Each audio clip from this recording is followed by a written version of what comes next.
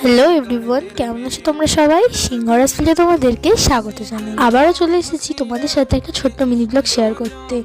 তো আজকে সকালবেলা উঠেই আমি খেয়ে নিয়েছি এই পরোটা, ঘুগনি আর তার সাথে জিলিপি। তারপরে রান্নাঘরে গিয়ে দেখলাম মা বানিয়েছে আলু ভাজা আর বেগুন ভাজা। তারপর সেখান থেকে একটা আলু ভাজা তুলে নিয়ে খেতে শুরু করলাম। আর এই দিকে দেখো, আজকে হচ্ছে ঝাল ঝাল মাটন কষা। তারপর বেরিয়েছিলাম পাপার সাথে আমাদের বাজারের নার্সারিটাতে। তবে এখানে সেই রকম কোনো গাছই পছন্দ হয়নি, আর গাছগুলোর দামও অনেক বেশি বলছিল। তাই আমি আর বাবা চলে গেলাম উলুবেড়িয়া নার্সারিতে। আর এইখানকার কালেকশনগুলো দেখো, এখানে একটু দাম বেশি বলছিল, তবে গাছের কন্ডিশন খুবই ভালো ছিল। এই সাইডের গাঁদা গাছগুলো বলছিল 60 টাকা করে, এই যে এইগুলো।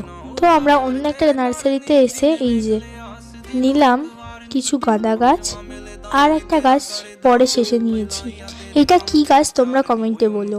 তবে এই গাছটার দাম বলছিল 50 টাকা, বার্গেনিং করে এই গাছটা 35 টাকা। আজকে টব নেই, তো আজকে গাছগুলোকে এই অবস্থায় রেখে দেবো। কালকে বা পরে পাপা টব আনলে সেই টবগুলোতে গাছগুলোকে বসাবো। এই গাঁদা গাছগুলো বাড়ি আনতে আনতেই হালকা শুকিয়ে গেছে। বেরিয়েছিলাম সকাল 10টায় আর বাড়ি ফিরেছি 1টার সময়। তো আমি দুপুরের খাবার খাই। তোমাদের ভিডিওটা কেমন লাগলো কমেন্ট করে জানিও।